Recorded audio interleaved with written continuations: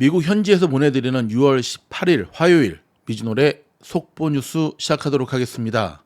드디어 오늘 엔비디아가 마소와 애플을 제치고 시가총액 1위로 우뚝 올라섰습니다. 와, 엔비디아 대박. 대박이란 말밖에는 할 말이 없네요. 물론 차이가 그렇게 많이 나진 않거든요. 마소와 애플이랑.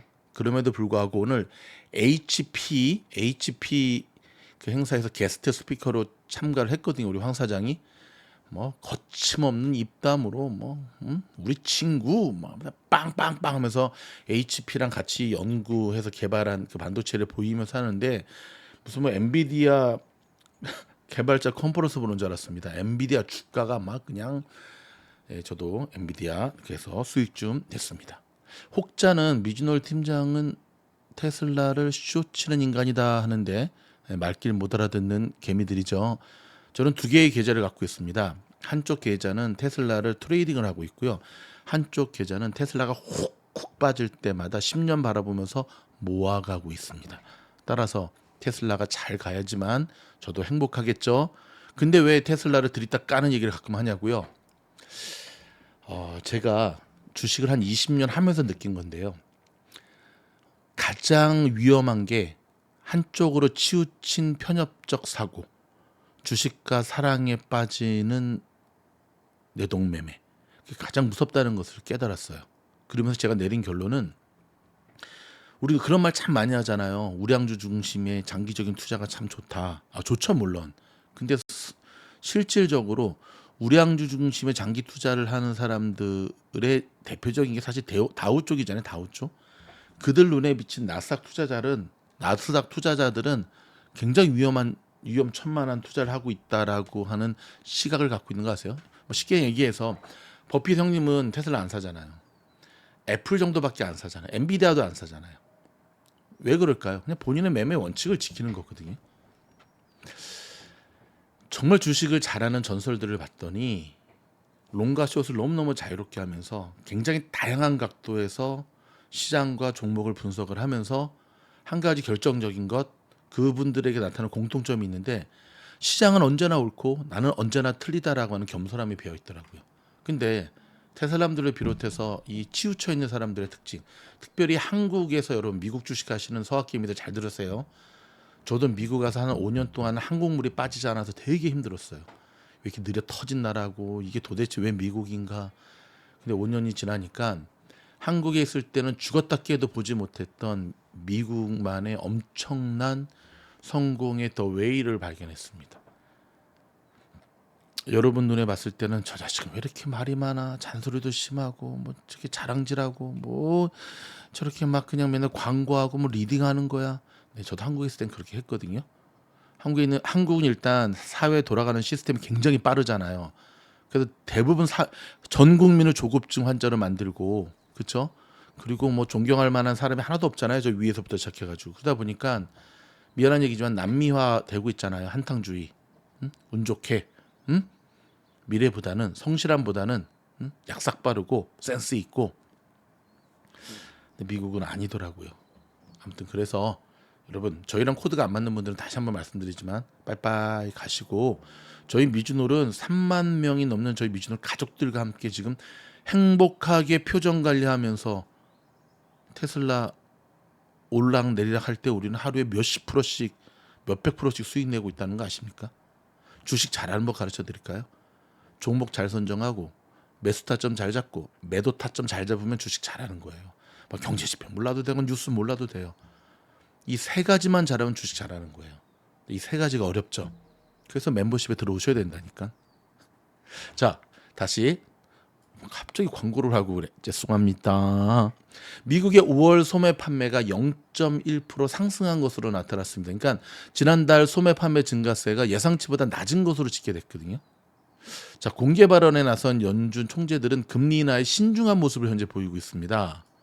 이제 조금 전에 발표한 것은 시장 기대치를 좀 밑돌았는데 오늘도 이제 연준 총재들 많이 나와서 뭐 연말에 한 번 정도가 적당하다. 뭐 예를 들어서 리치몬드 연준 총재는 경제가 여전히 불확실하기 때문에 금리가 안정적이 되는 게 먼저다.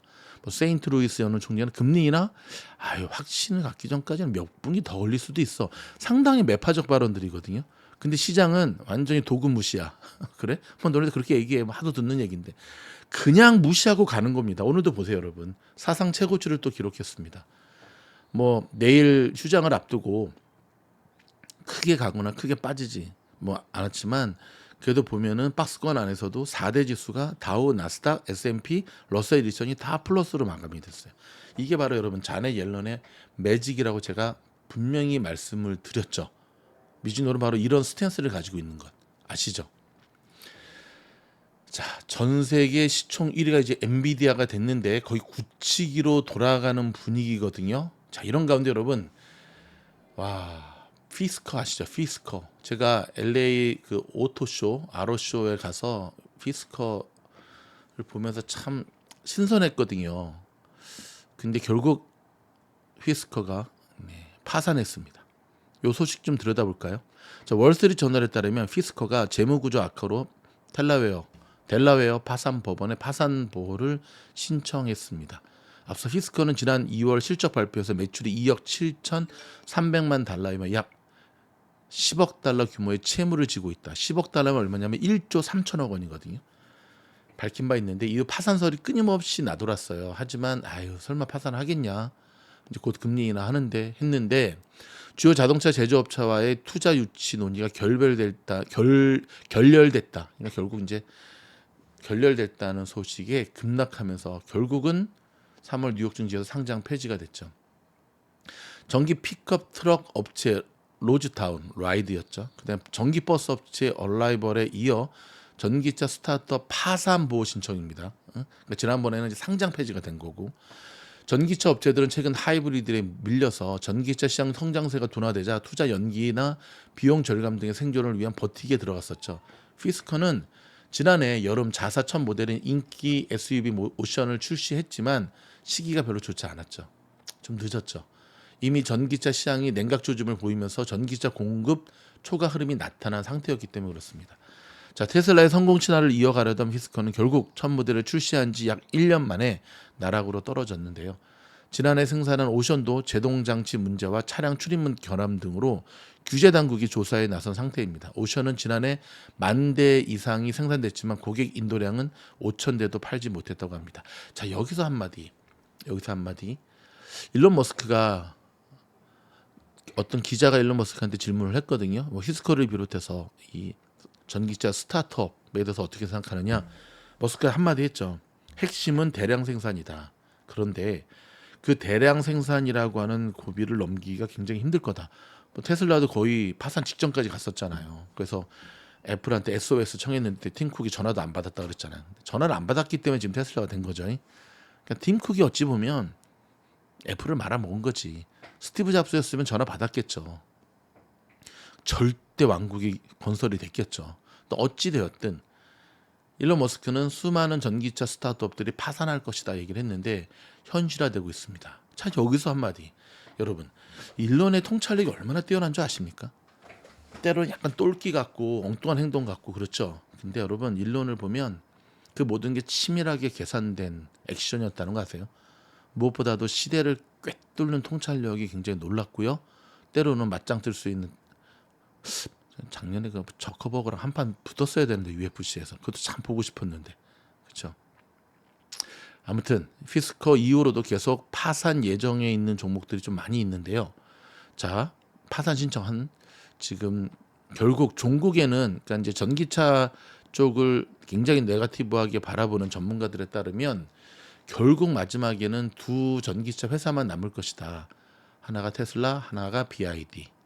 여러분의 생각은 어떻습니까? 어찌됐든 힘든 것만은 확실하죠. 자, 미국의 소비가 계속 움츠러들고 있다는 소식입니다.